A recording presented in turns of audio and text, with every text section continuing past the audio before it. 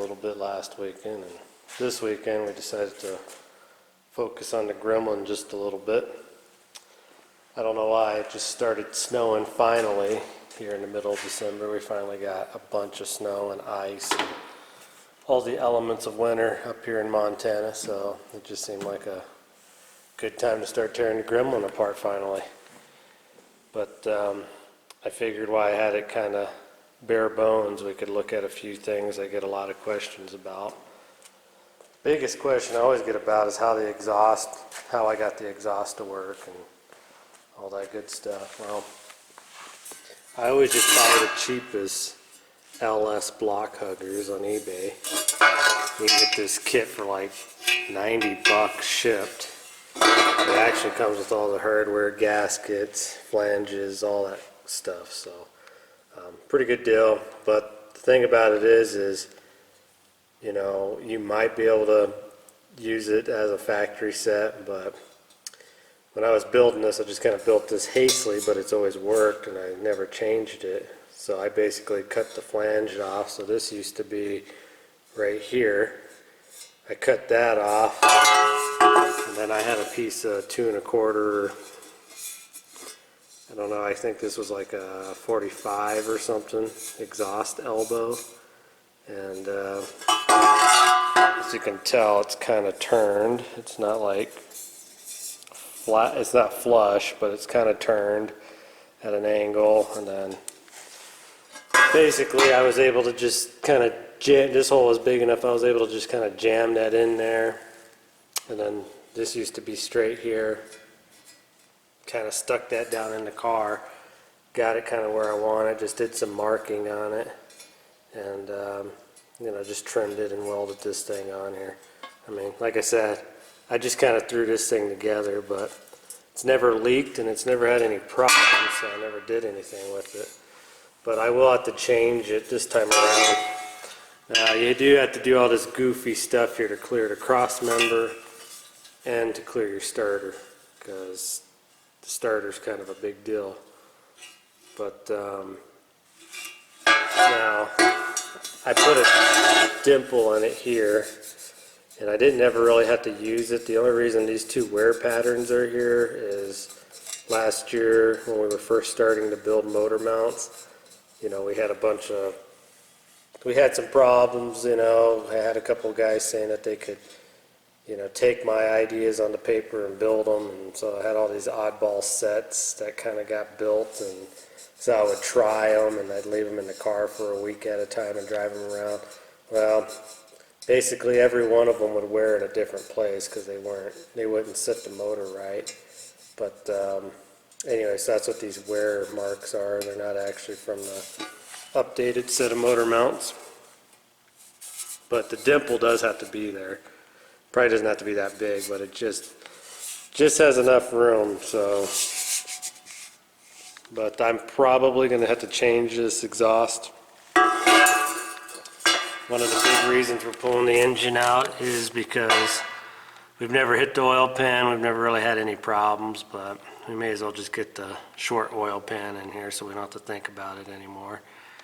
And when we put the short oil pan in there, it's kind of hard to see. That exhaust is still attached to the engine. It kind of hangs down there a little bit low. And this exhaust actually would hang down almost as low as the pan. So if I put a short pan in it, we're going to have to reconfigure the exhaust anyways. Now, you might be able to get a long tube header set up in here. Obviously, you'd have to definitely do something about the you know, the trailing arm or strut rod or whatever you call that thing down there, because that's what's always in the way. But you know, more than likely this gremlin's never going to have that much power, so I think a block hugger header like that's always going to be fine on it. So we're pulling this 4.8 out, not because it's a bad motor. It's actually probably the best motor I have. It's been a really good motor. In fact, it was the motor that originally started in the AMX 2-3 years ago.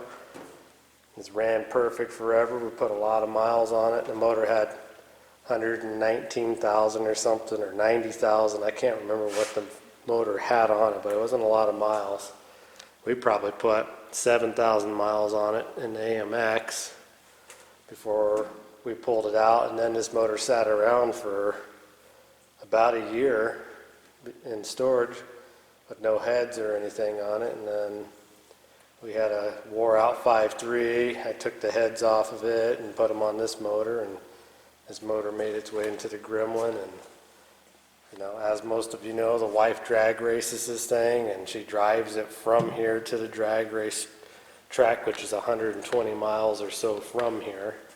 She drives it there, drag races it, and drives it home, and this motor's just been excellent. No problems ever, really reliable engine, but it does lack power. I mean, it's just a little 4.8.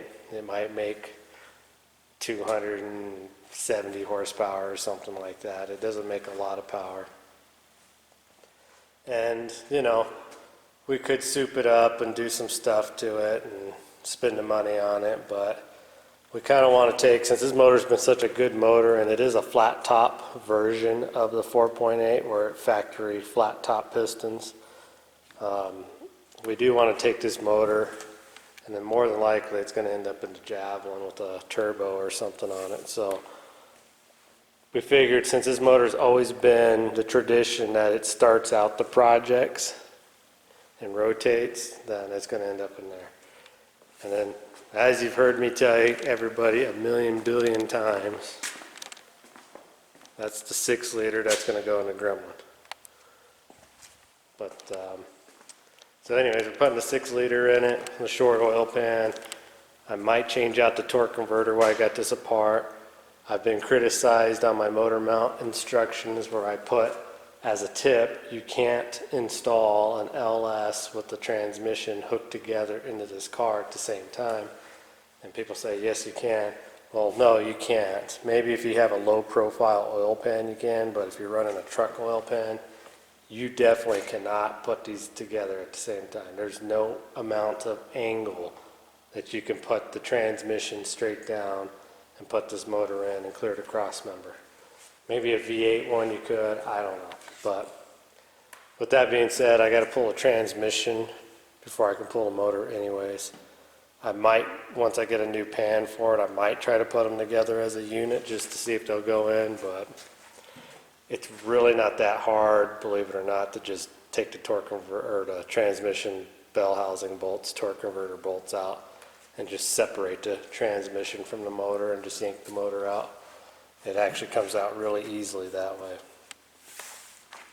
The next thing, while we have this motor out and everything, as you can tell, the old Gremlin's got some surface rust and some nasties going on, and that hole is actually for the air cleaner. The chances of us getting that gold, it's actually called golden lime green or golden green or something. It's a factory AMC 70 color. The chances of us really getting a color match to this is going to be pretty tough, but I am going to try. But if I can't get the lime green color, I mean, we're going to have to paint the engine compartment a color. I don't know, either like a light gray or something. I really don't want to paint it black. I've kind of gotten away from painting the engine compartments black because, I don't know, you just can't. My opinion is they just don't really show a lot of flavor. There's not a whole lot of anything going on with a black engine compartment, so I think we might go like light gray or something if we can't get the green color, and we'll leave the fenders green. Obviously I'll unbolt them and I'll just paint the light gray up to the areas that are part of the engine compartment here. Same thing, I'll probably, since this is actually in pretty good condition here, I'd probably just start to gray down and leave all this alone, leave it all the green color. I know that probably doesn't really sound real good, a light metallic gray with this green, but I think it'll be okay. But that's not a definite choice, it's just kind of what I've been thinking about. And then obviously this motor was green at one time. We originally just painted it lime green when we put it in the car, and then found out I could finally get AMC blue, teal blue color. So we'll paint the block the right color this time and get that in there. And then as far as that 6-liter goes, you know, it's not going to be a whole lot more power, but it's going to have a lot more torque. So that's the nice thing about it. So she doesn't want to go much faster in the races that she drag races. I don't think she can go faster than 8 seconds anyways. But right now she's running like into 10s, 10.2, something like that is what she runs. She could get down into the 9s, I mean maybe the mid 9s. You know, I think she'd be a lot more competitive. I mean, she came out pretty good, I think 7th place in the state last year in the Gremlin, so in the Powder Puff League. But she kind of got beat out by the cars that are in the 9-second category, so we're just trying to get her a few more power deals out of it. And yes, the tunnel ram defeats a lot of the low end torque, but she always everybody would outrun her, leave her at the start line, but at the end, towards the end of the 8th mile, she'd always just burst past them with the power. And that's just because the tunnel ram at that point was kicking in, and she was able to always outrun them and squirt right around them before they got past the finish line. So the tunnel ram, I think, is doing her some good, but I think we'll have a little bit better luck with the 6-liter, and we'll get rid of the 72 millimeter throttle body and go with probably a 90 or something, get her a little bit more air in there. We're probably not going to put a camshaft or anything fancy in it. We're just going to leave it pretty well stock, and you know, just put a few tricks onto it, because they do soup up their cars in the Powder Puff League, but most of the time they're all just driving brand new Dodge trucks with Hemis and stuff like that, and you know, they all got 400 horsepower or whatever from the factory. So we're just trying to spruce this up to have the same type of horsepower, but not going real crazy and not putting camshafts and doing a whole lot of crazy stuff to it. So well, anyways, I'm gonna get some more stuff going on the Gremlin here, get a few more things pulled off, and I'll kind of show you some more of it here once we get the intake off and a few more things, have a little bit more room. Alright, well anyways, we got some more room in here. Took that tunnel ram off and all that good stuff. And anyways, you can see, you can get to pretty much all the transmission bolts relatively easy in this car. It does help to take off the fan motor on these ones, but I think you can get them all but the very bottom too, or maybe just the last bottom one. But that's a nice thing even about that car there, you can get almost every transmission bolt, except for maybe the last two you have to climb under the car, but you gotta get the torque converter bolts off anyways.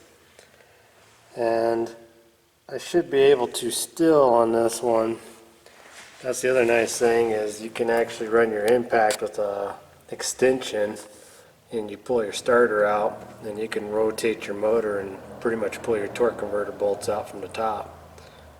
But anyways, I thought while I was also in here, kind of show you the motor mounts. Now these motor mounts that are in this Gremlin I threw together one day, and this is back when I was having to hand make everything, and I was way too lazy that day to cut slots and make all the slots and do all that stuff, so I actually just welded the adapter plates directly to these mounts.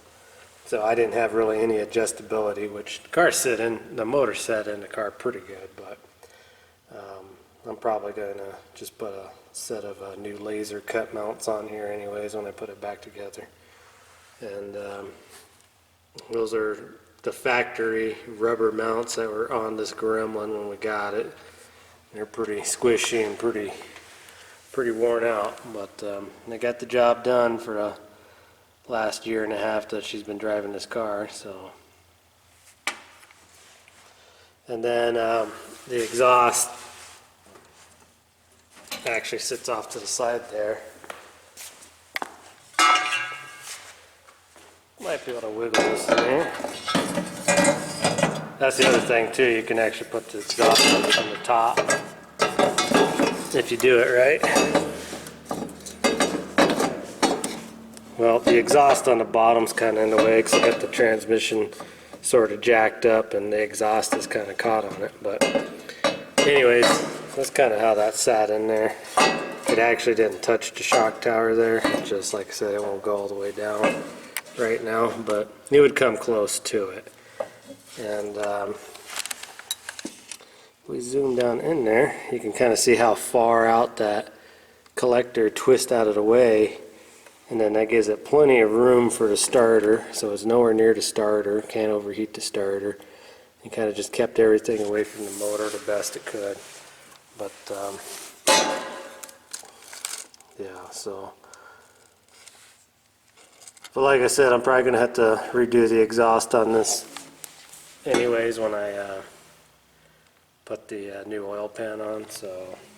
Who knows, I might give these headers away. I might give the driver's side and the passenger side and cut the lower part of the collector off and give that away to somebody. They might want to use that on their car so they don't even have to mess with it. And then obviously this side.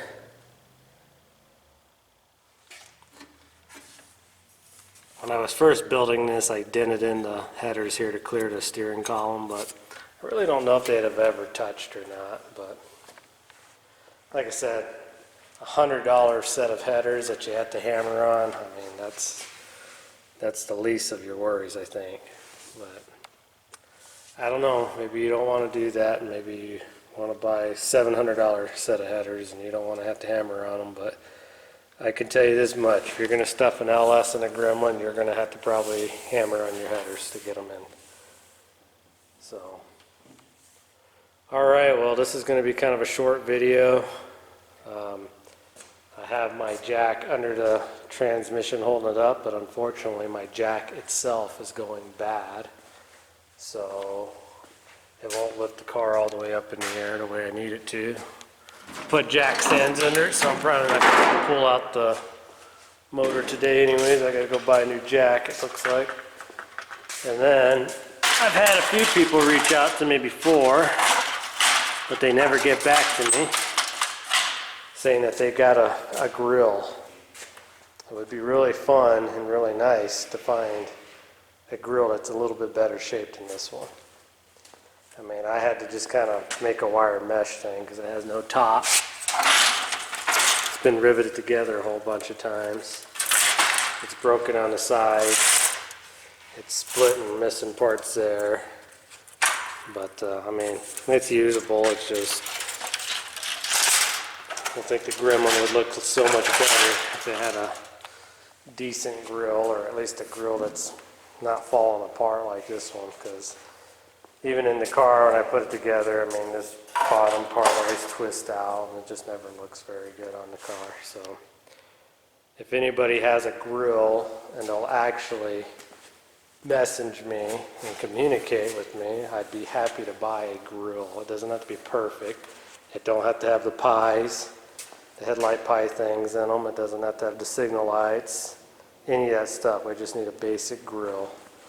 And I'm sure all of you guys already know this is a 1970 gremlin. I don't know, I'm guessing 71, maybe 72 grills are the same, but that I don't know that entirely for a fact. I do know that after 71 or 2 they totally changed everything. So anyways, so like I said, if anybody's watching this and they have a grill, you know, let me know. I can maybe even do some trading with some motor mounts or something with you if you prefer it that way. But at any rate, I think I'm going to call this a video for right now. And we'll get this motor pulled out here soon, and we'll start working on another video here soon. I'll get that 6-liter all prepped and hopefully get the oil pan in, and we'll get these motors on the engine stands side by side, and we'll start working on them. Because the last thing I also want to do, when I hastily built this car, I hastily built a wiring harness for it, and it was not very fun to remove. So I think when we get these motors on the engine stands, I'll get it built, and I'm actually going to go ahead and wire and get my wiring harness, because it's already got quick releases all over it. to just kind of contour the engine so it's not so, terrible to take the wiring harness off. But, all right, well, until the next video, I appreciate everybody that watches, and we'll be bringing a Junkyard Javelin video again here eventually, and we'll be working on the AMX here again soon too. But we're going to work on the Gremlin because right now it's the only car I got enough parts to work on right now. So, all right, well, we'll see you in the next video.